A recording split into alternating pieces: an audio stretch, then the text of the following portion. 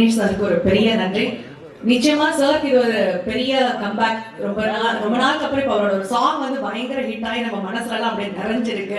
So அவர் எங்க மனசுல எப்பவுமே நிறைஞ்சிருக்காரு அப்படிங்கறத இந்த படத்து மூலியமா இன்னும் அதை பாப்புலர் ஆக்கி விக்னேஷ் சாருக்கு ஒரு பெரிய பெரிய கம்பேக்கா இருக்குங்கிறத நான் ஆணித்தனமா இதை நிச்சயமா இங்க சொல்ல போறேன். ஸோ கண்டிப்பா இந்த படத்தோட ஒரு கதை ரொம்ப ஷார்ட்டா சொல்லி முடிச்சிடுறேன். இந்தியன் கான்ஸ்டியூஷன் பிளஸ் வந்து டெமோக்ரஸி பத்திய ஒரு கதை தான் இது. ஸோ இது ஒரு வார், அதாவது 2047 2047ல இந்த வார் எந்த அளவுக்கு இருக்கும், இதோட நாட்டோட இந்த இந்த இன்னும் ஃபியூச்சரிஸ்டிக்கா எப்படி இருக்கும் அப்படிங்கிற ஒரு கதை தான். இந்த வார் வந்ததுன்னா இன்னும் 2047ல ஒரு தேர்ட் வேர்ல்ட் வாரை நீங்க பார்க்கும்போது எவ்வளோ விஷுவல் எஃபெக்ட்ஸ் இருக்கணும் அப்படிங்கிறது தான் இந்த படத்தோட முக்கியமா எடிட்டர் பிளஸ் விஷுவல் டைரக்டர் இவங்க எல்லாருக்குமே இது ஒரு பெரிய பெரிய சேலஞ்சிங்கான ஒரு டீமா அமைஞ்சது. அதை தாண்டி முக்கியமா எங்க டைரக்டர் ஆண்ட்ரூ சார் இது ரொம்ப ரொம்ப ரொம்ப ரொம்ப தத்ரூபமா இந்த படம் இருக்கணுங்கிறதுனால கிரீன் மேட்ல பண்ணவே முடியாது. ரொம்ப ரொம்ப ரொம்ப கம்மியான சீக்வன்ஸ் மட்டும் தான் இந்த படத்துல கிரீன் மேட்ல எடுத்திருக்காங்க. ஸோ நான் பண்ணது ஒரு சின்ன ரோல் தான். அந்த ரோல்ல பாத்தீங்கன்னா வந்து ரொம்ப ரியலிஸ்டிக்கா இருக்கணும்னு சொல்லி ஒரு காசால எல்லாம் உங்களுக்கு எப்படி இருக்கும் ஒரு அவுட்புட் பாத்தீங்கன்னா ஃபுல்லா மிஸ்ட், ஃபாக், சாண்ட் அந்த மாதிரி எல்லாம் இருக்கும். அப்படிங்கிறதுனால ரியல் சாண்ட், ரியல் டெசர்ட் இந்த மாதிரி ஒரு இடம் வேணும் அப்படின்னு சொல்லி அந்த மாதிரியான இடத்தெல்லாம் தேர்ந்தெடுத்து நிச்சயமாவே ரொம்ப தத்ரூபமா வேலை வாங்கினாரு எங்க டைரக்டர். ஸோ அது நிறைய இந்த மண்ணெல்லாம் அடிச்சு மேல இது பண்ணி கன் ஷாட்ஸ் இதெல்லாமே நிறைய டீப் ஒர்க் பண்ணிருக்கோம். ஸோ மேக்ஸிமம் நீங்க இதுல பாக்குறது எல்லாமே வந்து நிறைய கிரீன் மேட் கிடையவே கிடையாது. ரியலிஸ்டிக்கா இருக்கணுங்கிறதுக்காகவே இந்த விஷுவல் எஃபெக்ட்ஸ் எல்லாம் ரொம்ப ரொம்ப சூப்பரா அதுவும் ரியலா பண்ணிருக்காங்க. ஸோ 2047ஓட அவுட்புட் என்ன அப்படிங்கறது வந்து பயங்கர ஒரு வைப். நீங்க ட்ரைலர் பார்க்கும்போது உங்களுக்கு தெரிஞ்சிருக்கும் அதோட வைப் வேற மாதிரி இருக்கும். ஸோ இது வீட்டுல பார்க்கக்கூடிய படம் கிடையாது. ஓடிடியை தாண்டி 100% இது எல்லாருமே இந்த எஃபெக்ட் நீங்க பார்க்கணும். சவுண்டிங், ஆர்ஆர், ரெக்கார்டிங் எல்லாமே சூப்பரா இருக்கு. இது எங்க படம் அப்படிங்கிறதுனால நாங்க அப்படியே பெருமையா பேசிக்கிறோம் அப்படிலாம் கிடையாது. உண்மையாவே எல்லாருமே இதுல ரொம்ப தூய்மையா வேலை பார்த்து அதோட அவுட்புட் கொடுக்கணுங்கிறதுக்காக வரக்கூடிய ஒரு படம் தான் இது. ஐ ஹோப் நீங்க எல்லாருமே இந்த படத்தை தியேட்டர்ல பார்த்து எங்களுக்கான அங்கீகாரத்தை நீங்க நிச்சயம் கொடுப்பீங்கன்றது தெரியும். ஸோ நிச்சயமா அந்த என்டையர் டீம் இதுல ஒர்க் பண்ண எல்லா குரூக்கும் எங்க எல்லாரும் சார்பாகவும் நன்றி. இதை இனிமே நீங்க பார்த்து ரசிக்க போற ஆடியன்ஸ்க்கும் ஒரு பெரிய பெரிய நன்றி. மீண்டும் எனக்கு இந்த வாய்ப்பை கொடுத்ததுக்கு நன்றி. இங்க இருக்கிற பெரிய பெரிய ஜாமவான்கள் உங்க நேரங்களை நீங்க எங்களுக்காக ஒதுக்குனதுக்கு நன்றி. So being a part of this movie, I'm really so happy. Thank you so much. நன்றி. நல்ல தமிழ்ல பேசிட்டு போனீங்க. அடுத்ததாக நாம் பேச அழைக்கிறோம் தமிழ், தெலுங்கு, கன்னடம் என்று பல மொழிகளும் நேர்த்தியான ஒளிப்பதிவில் உற்று கவனிக்க வைத்தவர். விமான காட்சியிலும் கண்ணுக்கு விருந்தாக்கும் கலர்ஃபுல் ஒளிப்பதிவு இவருடையது. ஹாலிவுட் தரத்தில் ஒரு கோலிவுட் படத்தை எடுத்திருக்கிறார். ரெட் ஃபிளவர் படத்தின் ஒளிப்பதிவாளர். Chennai, Bengaluru, Goa, Bali, Canada, Dubai என்று கட்டிடங்களின் அழகை கண்முன்னே விருந்தாக்கி காட்டிய ஒளிப்பதிவாளர் தேவ சூர்யா அவர்களை பேச அழைக்கிறோம். வாய்ப்பு கொடுத்த மணிக்கம் சாருக்கு நன்றி, ஆண்ட்ரூ சாருக்கும் நன்றி. எங்கள் டீம் ஃபுல் ஹார்ட் ஒர்க் பண்ணியிருக்கோம். எல்லாம் தேட்டரில் வந்து படம் பார்த்து எனக்கு பேச வராது ஸ்டேஜில் எல்லாம் சப்போர்ட் பண்ணுங்க. இங்கே வந்திருக்கக்கூடிய மக்களை பார்க்கும்போது மகிழ்ச்சியாக இருக்குது. இவ்வளோ பேருடைய நெஞ்சங்களில் வந்து முதல் படத்தினுடைய தயாரிப்பாளர் நெஞ்சமெல்லாம் நிறைந்திருக்கிறாருங்கிற போது உண்மையிலேயே மகிழ்ச்சியாக இருக்கு. காரணம் நிறைய பேர் தயாரிப்பாளர் சங்கத்திலும் சரி, சினிமாவில் சரி நிறைய பேர் கடந்து வரும். ஒரு 25 ஆண்டுகளுக்கு மேலே கடந்து வந்துட்டு இருக்கோம்.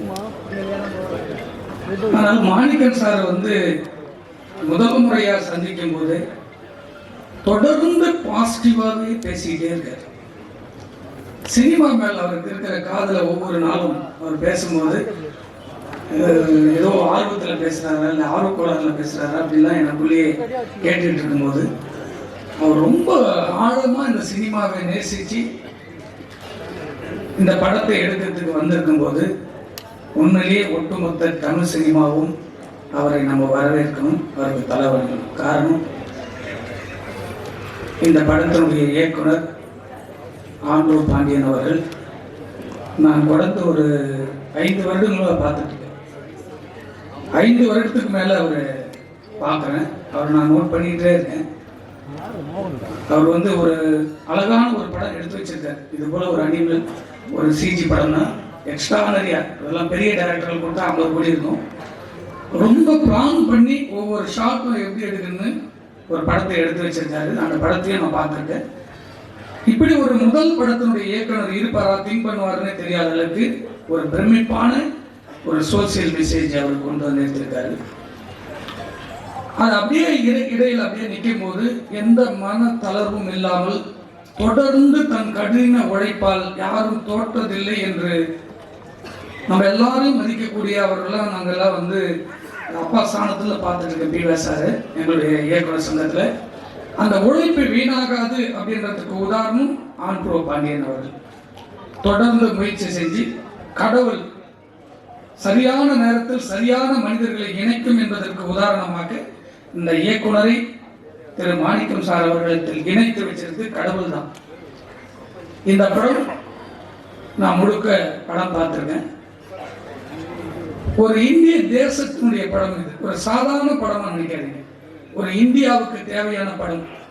உலகத்தினுடைய வல்லரசு என்று உலகமே போற்றக்கூடிய ஒரு நாடாக இந்தியா வரப்போகுதுன்னா ஒரு ஒரு விஷயம் இந்த படத்துல இருக்கு.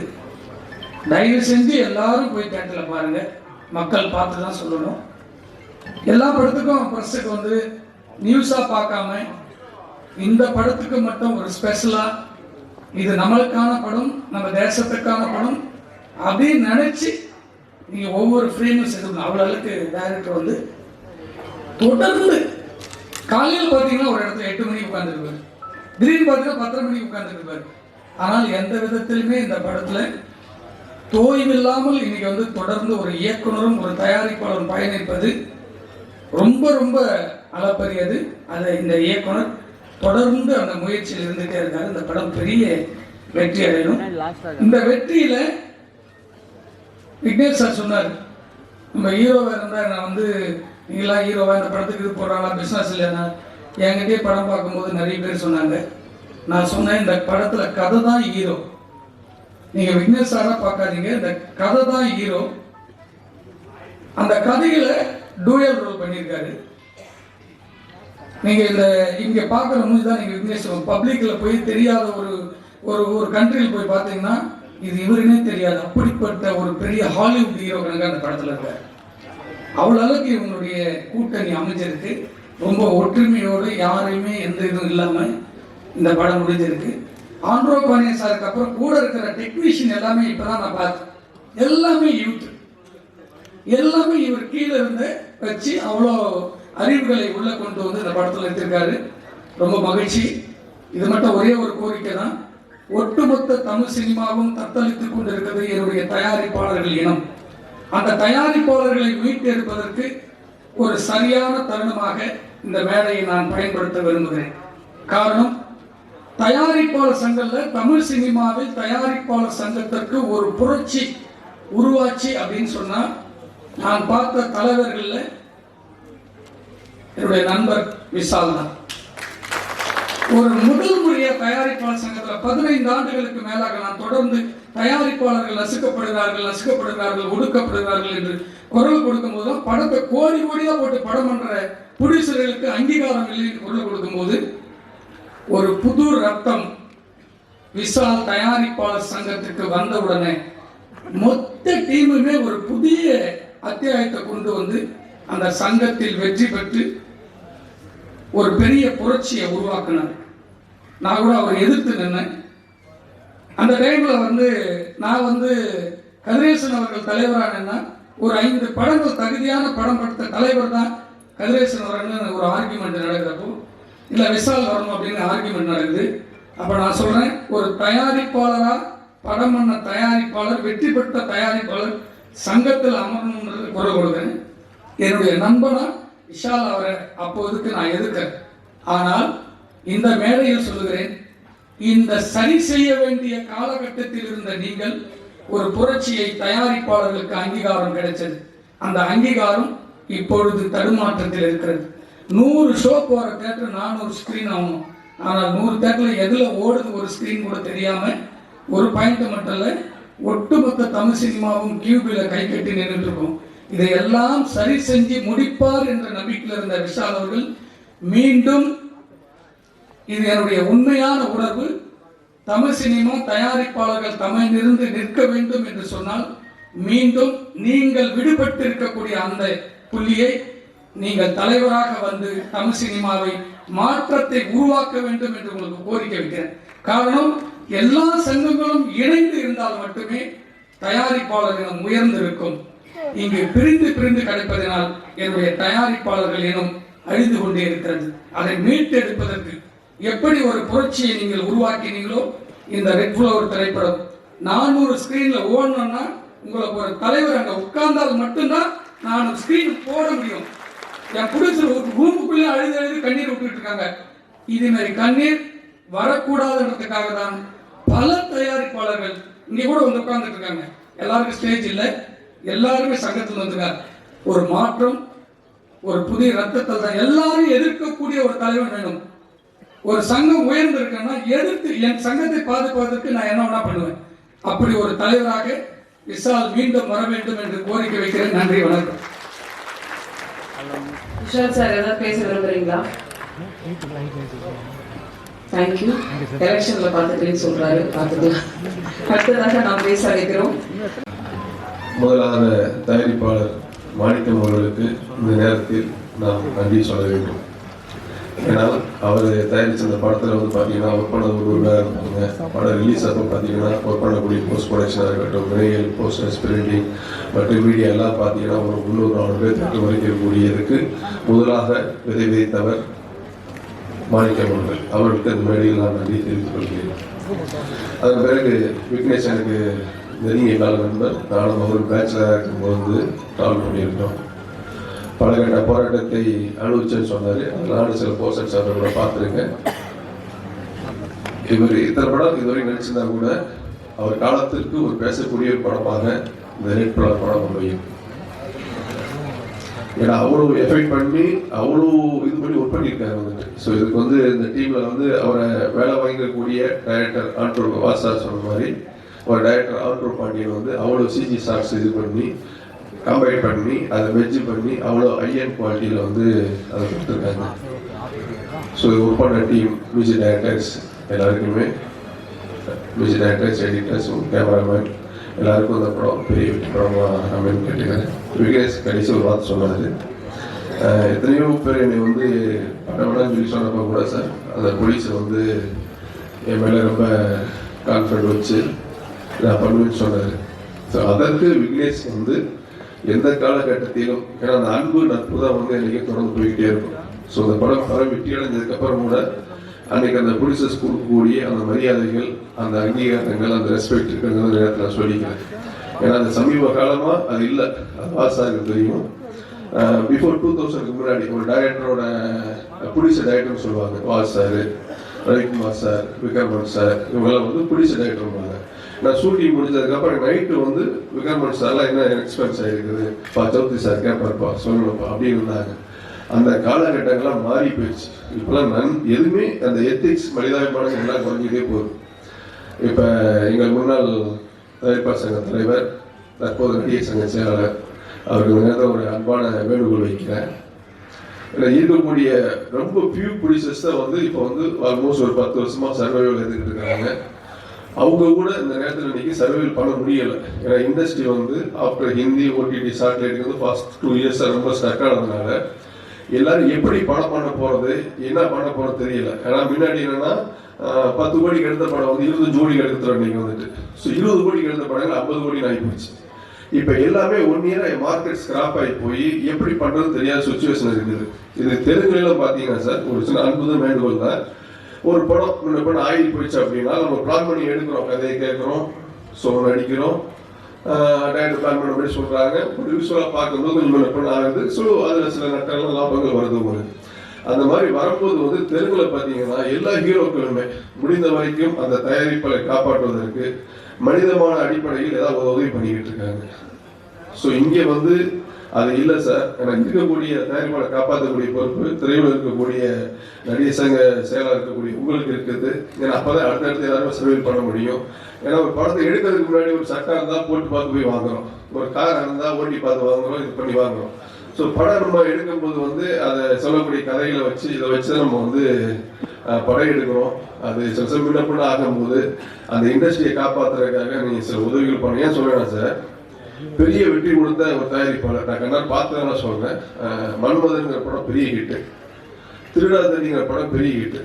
ஸோ அந்த தயாரிப்பாளர் வந்து சமீபத்தில் ஒரு ஹார்ட் அட்டாக் இருந்து போயிட்டார். இன்னைக்கு அந்த தயாரிப்பாளரோட ஃபேமிலி ரொம்ப கஷ்டப்படுது, எஜுகேஷன் செலவு எல்லாமே கஷ்டப்படுது. ஸோ அந்த மாதிரி இருக்கும்போது அந்த எடுத்த தயாரிப்பாளர்களுக்கு முடிந்தவரை ஒரு அன்பா உதவுங்க, அது நல்லா இருக்கும். ஏன்னா விக்னேஷ்லாம் வந்து பார்த்தீங்கன்னா ஹோட்டல் வச்சுக்கிட்டு கோவிட் டைம்லையும் சரி இப்பவும் சரி நிறைய பேருக்கு வந்து அந்த ஹோட்டலில் இருக்கக்கூடிய அசிஸ்டன்ட் டைரக்டர்ஸ்களுக்கு அவரோட பழகின டைரக்டர்ஸ்களுக்கு எல்லாருக்குமே ஒரு நட்புக்கு அடிப்படையில் வந்து உதவிகள் பண்ணிக்கிட்டு இருக்காரு. ஏன்னா என்னைக்கும் ஒரு உதவி செய்யக்கூடியவர் வந்து வாழ்க்கையில் தோற்றதா கிடையாது. ஸோ இது சூரிய பண்ணிக்கிட்டு இருக்காரு, விசால் சார் நிறைய பண்ணிக்கிட்டு இருக்காரு. அந்த மாதிரி முடிந்தவரை தயாரிப்பாளர் காப்பாற்றுங்க சார், கண்டிப்பாக நம்ம கூட இருப்போம். நீங்கள் சொன்ன மாதிரி இந்த ரிலீஸ் ரெகுலேஷன் இண்டஸ்ட்ரிக்கு என்னென்ன பண்ணணுமோ எல்லாம் கூட ஒன்றாக பண்ணணும் சார். ஏன்னா இது வந்து என்டையர் ஃபேமிலி சம்மந்தப்பட்ட பிரச்சனை, தனிப்பட்ட தயாரிப்பாளர் சங்கம் மட்டும் பண்ண முடியாது, எல்லாருக்குமே அதில் பொறுப்பு இருக்குது. நீங்கள் நிறைய பார்த்துருக்கிறீங்க.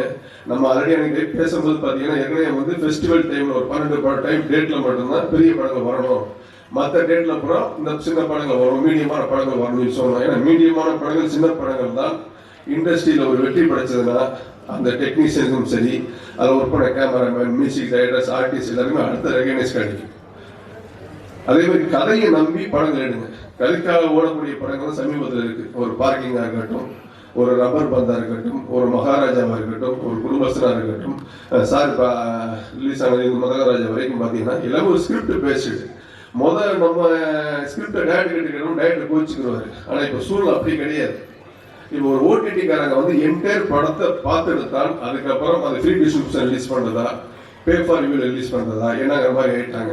அதெல்லாம் படம் எடுக்கிறதுக்கு முன்னாடி அனைத்து தயாரிப்பாளர் சொல்கிறோம், ப்ரீ பிளான் பண்ணிக்கங்க. எப்படி இந்த ஆர்டர் பாண்டியன் சார் வந்து எந்தெந்த ஷார்ட்ஸ், அதாவது 2800 சிஜி ஷார்ட்ஸ் சொன்னாங்க. அப்போ அந்த அவ்வளோ சிஜி ஷார்ட்ஸ் எங்கெங்க வேணும், எங்கெங்க இன்சர்ட் பண்ணணும், ஸோ எல்லாத்தையுமே ஒரு ப்ரீ பிளான் பண்ணியிருக்காரு. ஸோ ப்ரீ பிளான் பண்ணும்போது நிறைய வேஸ்டேஜ்கள் குறைக்கலாம். அதாவது தொழிலாளர்கள் கொடுக்கக்கூடிய சம்பளத்தை சொல்ல, அதர் வாண்டட் கிரியேட்டர்ஸுக்கும் அதர் டெக்னீஷியன்ஸ் கொடுக்கக்கூடிய எக்ஸ்பென்சஸ், ஷூட்டிங் டேஸ் இதெல்லாம் சேவ் பண்ணி பண்ணுங்க. நான் இண்டஸ்ட்ரி ரொம்ப மோசமான சூழ்நிலை இருக்குது, அதற்காக நல்ல கதையை பிளான் பண்ணுங்க, பிளான் பண்ணி பண்ணுங்க. இந்த படம் மாபெரும் வெற்றியடைய எனக்கு வேண்டிய நன்றி, வணக்கம். நன்றி சார். அடுத்ததாக நான் பேச அழைக்கிறோம் திரு மாணிக்கம் சார். அவருடைய ப்ரொடக்ஷன் கம்பெனியான திரு காளிகாம்பாள் பிக்சர்ஸ்ல தயாராக இருக்கும் படம் ரெட் ஃப்ளவர். முதல்ல ரெட் ஃப்ளவர் படத்துக்கு வாழ்த்து வந்திருக்கும் அனைத்து நல்லவங்களுக்கும், சீனியர் டைரக்டர்ஸ் வாசு சார், புரட்சி தலைவி விஷால் சார், சுரேஷ் சார் மற்றும் அனைத்து டெக்னீஷியன்ஸ் அவர்களுக்கும் இந்த நேரத்தில் வணக்கத்தையும் வாழ்த்துக்களையும் தெரிவித்துக்கிறேன். முதல்ல மாணிக்கம் சார் அபிமானிகள், அதாவது அவருடைய உறவினர்கள், நண்பர்கள், நீங்க பல தூரங்கள்ல இருந்து வந்திருக்கீங்க. முதல்ல உங்களுக்கு என்னுடைய மனமார்ந்த வணக்கத்தை தெரிவிச்சுக்கிறேன். ஏன்னா நீங்க அவரோட அன்பின் பேரில் நீங்க வந்திருக்கீங்க. சினிமா தாண்டி அவர் மேல இருக்கிற அன்பும் பாசத்தினால வந்திருக்கீங்க. உங்களுக்கு என்னுடைய மிகப்பெரிய வணக்கத்தை தெரிவிச்சுக்கிறேன். உங்களோட நேரத்துக்கும் ரொம்ப நன்றி. இந்த படத்தில் நடித்த வைஜி சார், தலைவர் விஜய் சார், அஜய் ரத்னம் சார், சுரேஷ்வரன் சார் மற்றும் அனைத்து கலைஞர்களுக்கும் என்னுடைய வாழ்த்துக்களை தெரிவிச்சுக்கிறேன். ரெட் ஃப்ளவர் திரைப்படம் பார்த்தீங்கன்னா முழுக்க new technicians and new direction டீம்ல உருவாகி வந்திருந்த படம். இதுல ஆண்ட்ரூ பாண்டியன் அவர்கள் டைரக்ஷன்ல டெபியூ ஃபிலிம். இதோட டிஓபி பார்த்தீங்கன்னா அவரும் debut film. Music director again debut film. இவ்வளவு பெரிய பொருட்செலவுல இந்த மாதிரியான ஒரு டெக்னீஷியன்ஸ் நிறைந்த திரைப்படமா இந்த படம் வந்திருக்கு. முதல்ல இவங்க எல்லாத்துக்குமே உங்களோட பலத்தை கரோஷன்ல கொடுங்க. ஏன்னா உங்களுக்கு பெரிய என்கரேஜ்மெண்டா இருக்கும். ஒரு டெபியூ ஃபிலிம்ல நாங்க விநியோகஸ்தரா இருந்து அந்த படத்தை முன்னாடி கொண்டு வரது எங்களுக்கு ரொம்ப பெருமகிழ்ச்சி. ஏன்னா உங்களோட ஆதரவு ரொம்ப முக்கியம் இந்த மாதிரி தருணத்துல. ரெட் ஃப்ளவர் திரைப்படம் இது எதை நோக்கி சொல்லப்பட்டிருக்கிறது, இது என்ன கதை அப்படின்னு பார்த்தீங்கன்னா, சுபாஷ் சந்திர போஸ் அவர்கள் டியூரிங் இண்டிபெண்டன்ஸ் டைம்ல உருவாக்கின ஒரு முக்கியமான ஒரு இயக்கம் தான் ரெட் ஃப்ளவர். அதிலிருந்து ஒரு தொலைநோக்கு பார்வை, 2047 அந்த மாதிரியான ஒரு காலகட்டத்தில் அது திரும்பி ரீபர்த் ஆகி வந்துச்சுன்னா எந்த மாதிரியான ஒரு தாக்கத்தை ஏற்படுத்தும்? இப்போ கரண்டா இருக்கிற இந்த படத்தோட அடித்தளம் கவனிச்சிங்கன்னா 3 வருஷமா நாங்கள் இதை ஒர்க் பண்ணிட்டு இருக்கோம்னு சொல்றாங்க. அப்போ இப்போதான் கரண்டா டாக்ஸேஷன் இஷ்யூஸ் எல்லாம் வந்துட்டு இருக்கு. இன்னைக்கு taxation is one of the biggest threat and next world வாருக்கு இதுதான் முன்னோடியா இருக்குங்கிறது எல்லாருமே அறிந்ததுதான். ஆனா இந்த டீம் திரு மாணிக்கம் சார் அவங்களோட ஒரு தொலைநோக்கு பார்வையில் தான் இந்த மாதிரியான ஒரு கதைக்களத்தை வந்து எடுக்க முடியும். எங்கும் நிறைந்த எல்லாம் வல்ல தெய்வீக சக்தியை வணங்கி தமிழ்நாட்டில் பல மாவட்டங்களிலிருந்து வந்திருக்கும் எனது அருமை மிக்க உறவினர்களே, இந்த நிகழ்ச்சியை மிக சிறப்பாக நடக்க வேண்டும் என்று எனது உயிர் நண்பர்கள், பாசம நண்பர்களே, இந்த மாபெரும் ரெட் ஃப்ளவர் திரைப்படத்தை இசை வெளியீட்டு நிகழ்ச்சிக்கு வருகை தந்து மேடையில் தலைமையேற்று அமர்ந்திருக்கும் அறிஞர் பெருமக்களே, மதிப்பிற்குரிய ஊடகத்துறையை சேர்ந்த பத்திரிகையாளர்களே, தொலைக்காட்சி நண்பர்களே, யூடியூப் நண்பர்களே, இணையதள நண்பர்களே, உங்கள் அத்தனை பேருக்கும் அன்பான இனிய காலை வணக்கங்கள். இந்த காளிகாம்பல் பிக்சர் மிக பிரம்மாண்டமாக தயாரிக்கப்பட்ட கனவு படமான ரெட் ஃப்ளவர் திரைப்பட ஆடியோவுக்காக உங்கள் பொன்னான நேரத்தை ஒதுக்கி நிகழ்ச்சியை சிறப்பு செய்து கொண்டிருக்கும் மதிப்பிற்குரிய பி. வாசு ஐயா அவர்களே நன்றி. மதிப்பிற்குரிய விஷால் சாருக்கும் நன்றி. மதிப்பிற்குரிய சுராஜ் சாருக்கும் நன்றி. மதிப்பிற்குரிய குகன் சாருக்கும் நன்றி. மதிப்பிற்குரிய சபரீசன் சாருக்கும் நன்றி. மதிப்பிற்குரிய சரிகம் ஆனந்த் சாருக்கும் நன்றி. மற்றும் மேடையில் இருக்கிற அனைவருக்கும் நன்றி. நம்ம அதாவது ஒரு பேர் சொன்னால் நம்ம சப்ஜெக்ட் வந்துடுவோம். உங்கள் அனைவருக்கும் மனமார்ந்த நன்றிகள். மற்றும் இங்கே சீஃப் கெஸ்ட் மட்டும் சீஃப் கெஸ்ட் கிடையாது. ஏன்னா நம்ம ரியல் செலக்ஷன் சொன்னதான் தெரியும். இங்கே வந்திருக்கிறவங்க குறைஞ்சபட்சம் எல்லாம் விவிஐபி எல்லாம் ஒரு தகுதியாக ஒரு 500 பேர் 1000 பேர் சொல்லக்கூடிய ஒரு குடும்பத்தில் தராதரம் வாய்ந்த பெரிய ஜாம்பான்கள் தான் வந்திருக்கிறாங்க. நான் இப்போ அதில் தேட்டரில் இடம் இல்லாதனால கம்மியான ஆளுங்க மட்டும் தான் வர வச்சிருக்கு. முக்கியமான விஐபி தான் வர வச்சிருக்கு. இந்த முன்னாடி இருக்கிற இதில் ஒரு 500 பேர் இந்த மேடையில் உட்காரத்துக்கு தகுதியானவர்கள் அப்படின்ற ஒரு அன்பான ஒரு தகவலை உங்களுக்கு தெரியப்படுத்துகிறேன். ஏன்னா நான் இந்த மேடை பேச்சு அவ்வளவும் பேசுறது கிடையாது. இது ஃபஸ்ட்டு சினிமா மேடை. நாங்கள் எந்த ஆடியோ காட்சிக்கு போனது கிடையாது. ஒரே ஒரு ஃபங்க்ஷனுக்கு நம்ம இவர் திருமண சார் கூப்பிட்டாரு, அது கூட போக முடியல. எதுக்காகனா நிறைய பேர் நான் பேசுறதுக்கு பெருமையாக பேசுகிறேன்னு நினச்சிடக்கூடாது. என்னுடைய வேகமே எல்லாருக்கும் ஒரு அரை மரியாதையாக அன்பாக பரக்கூடிய ஒரு கேரக்டரை இவன் படிச்சுட்டான். இந்த இவ்வளோ பெரிய சிறப்பக்கூடிய விஷயத்த இந்த பிரபஞ்சம் உண்மையிலே இந்த பிரபஞ்சத்துக்கு உண்மைத்து நன்றி சொல்லிக்கிறேன். இவ்வளோ பெரிய மேடை, இத்தனை சீஃப் கெஸ்ட்டு, இவ்வளோ பெரிய அதாவது எல்லாம் ப்ரோக்ராம் சொல்லுவாங்க. நிறைய மீடியா பீப்புள் தான் இருப்பாங்க. இதில் 500-1000 பேர் வரவானான்னு சொல்லியாச்சு. நேரத்துலேருந்து எனக்கு ஃபோன் பண்ணி 2 நாளாக எல்லாரையும் வரவானான்னு சொல்லிக்கிறேன். ஏன்னா இங்கே ஒரு 700-800 பேருக்கு மேலே உட்கார முடியாது. அதுக்கு மேலே வந்தீங்கன்னா நான் அலோவ் பண்ண மாட்டேன்னு சொன்னதுனால நாங்கள் எதாவது பிளான் பண்ணோம். 2-3 ஷோ போடுவாங்க அப்படின்னு ஐடியா பண்ணோம். அப்போ இதுதான் உண்மை. நான் இந்த ரெட் ஃப்ளவர் திரைப்படம் நான் ஒரு பில்டராக இருந்துட்டு இந்த ரெட் ஃப்ளவர் திரைப்படம் தயார் பண்ணும்போது நினைச்சு பார்க்கல. நான் பேசுகிற வார்த்தைகளில் சில குழப்பங்களும் சில கன்ஃபியூஷன் தான் செய்வேன். ஏன்னா இது ஃபர்ஸ்ட் மேடை இல்லையா, மேடையில் உட்கார ஜாம்பவான்லாம் பார்க்கும்போது எனக்கு கொஞ்சம் பதட்டமாகவே இருக்கு. இந்த படம் நடிக்க தொடங்கிய நாள் முதல் இன்று வரை எந்த தங்கு தடை இல்லாமல் இந்த பிரபஞ்சம் ரொம்ப சிறப்பாக நடந்திருக்கு. அதுக்கு இந்த 2.25 வருஷமா டெக்னீஷியன் எல்லாருமே ரொம்ப நல்ல திறமை வாய்ந்த அறிவு நிறைந்த பொறுமையான ஆட்களாக இளைஞர்களை காமிச்சு கொடுத்து இந்த படம் இவ்வளோ சிறப்பாக நடந்திருக்குன்னு சொல்லிட்டு இந்த ஆடியோ லான்ச்சிங் அது நிகழ்ச்சி இப்படி வந்ததோ நாங்கள் எல்லாருக்கும் உங்களுக்கு வாட்ஸ்அப்பில் தான் அனுப்பிவிட்டுருப்பேன். எத்தனை அன்புடன் வந்தீங்க இல்லையா? அது போல் இது என்னுடைய திறமையில மட்டும் நடக்கலை. இது முழுக்க டைரக்டர் ஒரு 10 வருஷமா அந்த ஸ்கிரிப்ட் இது வச்சு பல பேரை பார்த்துக்கிறாரு. பல நண்பர்கள் பார்த்துக்கிறாரு, பல ப்ரொடியூசர் பார்த்துக்கிறாரு. யாரையும் வந்து ரெடி பண்ணாத என்கிட்ட வந்து ஒரு இந்த கதையை சொல்லும்போது எனக்கு இந்தியாவான சப்ஜெக்ட்ன்றதால எடுத்தேன். ஏன்னா வந்து நம்ம ஒரு பொது வாய்க்கால் இருக்கிறதுனால, நான் வந்து பொது மக்கள் கூட நிறைய தொடர்பு இருக்கிறதுனால எந்த விஷயம் சொன்னாலும் அது எல்லாருக்கும் பிடிக்கிறதில்ல. அதாவது வந்து எந்த மேடையில் ஒரு பெரிய பேச்சாளர் கூப்பிட்டு மேடையில் பேசினாலும் அது வந்து மற்ற ஆளுங்க நினைப்பாங்க, இது இப்படி பேசியிருக்கலாமே, இப்படி பண்ணியிருக்கலாமே, இப்படி செஞ்சிருக்கலாமேன்னு சொல்கிறது தான் இயல்பு. இது யாரையும் குறை சொல்கிறதுக்காக இல்லை, இது மனித இயல்பு. ஒருத்தருக்கு பிடிச்சது ஒருத்தருக்கு பிடிக்கிறதுக்கு வாய்ப்பு இல்லை. அப்புறம் நிறைய கதைகள் வந்து அப்புறம் நம்ம படம் எடுக்க முடிவு எடுக்கும்போது நிறைய கதைகள் ஏற்கனவே வந்து ஒரு முக்கியமான சர்ப்ரைஸான விஷயம்னா 2 படம் எடுத்து வச்சுட்டு ரிலீஸ் பண்ணல. எதுக்காக ரிலீஸ் பண்ணலன்னா, தமிழக மக்கள் வந்து நம்ம ஏமாற்றக்கூடாது, நம்ம நம்பி படம் பார்க்குறோம் ஏமாற்றக்கூடாது. 200 ரூபா கொடுத்து செலவு பண்ணால் வந்து பார்த்தா அன்னைக்கு ஒரு நேரத்தை ஒதுக்கிட்டு வராங்கன்னா கண்டிப்பாக வந்து அவங்க வந்து நம்ம திட்டாமல் அப்பா அப்பா அப்பா அப்பா என்னப்பா கண்காண காட்சி கொடுத்துட்டாங்களே அப்படின்னு வந்து உண்மையிலே வந்து இதை வந்து என்னை பெருமையாக பேசணுங்கள அவங்க பார்த்துட்டு திருப்தியாக போகணும். அந்த நோக்கத்தில் தான் வந்து இந்த ரெட் கலர் கதையை சூஸ் பண்ணேன்.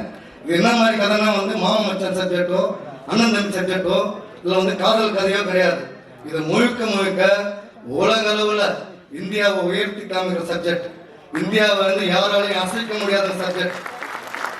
அதனால தான் நான் வந்து ஒரு பில்டராக இருந்து இந்த மாதிரி ஒரு முக்கியமான வந்து இந்தியாவை வந்து உயர்த்தி காமிப்போம். பல பேர் நெகட்டிவாகவும் பல பேர் என்னென்னமோ பேசுகிறாங்க, யார் வேணாலும் எதெல்லாம் பண்ணி போகிறாங்க. நம்ம வந்து இந்தியாவை வந்து முழுக்க முழுக்க வந்து ஒரு உயர்ந்த ஒரு இந்தியாவை நம்ம காமிக்கக்கூடிய ஒரு பெரிய ஒரு இது வந்து எல்லாருக்கும் பிடிக்கும். இது வந்து இந்தியா வல்லரசுன்னு சொன்னா, என்னை இந்தியா யாரும் அசைக்க முடியாதுன்னு சொன்னா யாரும் கூட சொல்ல முடியாது. எல்லாரும் தமிழக மக்கள் ஏற்கக்கூடிய விஷயம். அதை தாண்டி தமிழகத்திலேயே தமிழக சினிமா வரலாற்றிலேயே ஒவ்வொரு காலகட்டத்திலும் ஒரு மாதிரி சினிமா வந்தது. பாக்யராஜ் சார் காலத்திலிருந்து கே பாலச்சந்திர சார் காலத்திலிருந்து பல வாசுதார் காலத்திலிருந்து ஒவ்வொருத்தரும் ஒரு சினிமா கொடுத்தாங்க. ஆந்திரா பாண்டியன் வந்து தமிழக சினிமா வரலாற்றில் ஒரு புது சினிமா எடுத்துக்கிறாரு. ஆரம்பத்திலிருந்து முடிகிற வரைக்கும் செம பாஸ்டாகவும் பயங்கர த்ரில்லிங்காகவும் இருக்கக்கூடிய ஒரு சினிமா இது. இதை வந்து எல்லாரும் வந்து ஒரு வெற்றி படம் ஆக்குவாங்க. முக்கியமாக வந்து எல்லா மேடைகளும் சொல்கிறது தான், மீடியா பீப்புள் வந்து எல்லாம் எங்கள் படத்தை ப்ரொமோட் பண்ணணும் சொல்லுவாங்க. என்ன பண்ணாலும் ரிசல்ட் வந்து சூப்பராக இருந்தால் இளைஞரை வந்து இந்த பிரபஞ்சம் வந்து எல்லாமே தீர்மானிச்சிருக்கோம். இந்த தீர்மானிச்ச விளைவு தான் இது இவ்வளோ பெரிய மேடை, இவ்வளோ பெரிய கூட்டம் அப்படின்றத வந்து புரிஞ்சுக்கலாம். இது வந்து ஒரு விவசாயி கூட கணக்கு போட்டாக்க விவசாயம் பண்ண முடியாது. பயிர் பண்ண முடியுமா? பயிர் பண்ணி அவன் சம்பளம் வாங்குற கணக்கு பண்ணி பார்த்தா விவசாயி வந்து கணக்கு போட்டாக்க யாருமே சாப்பிட முடியாது.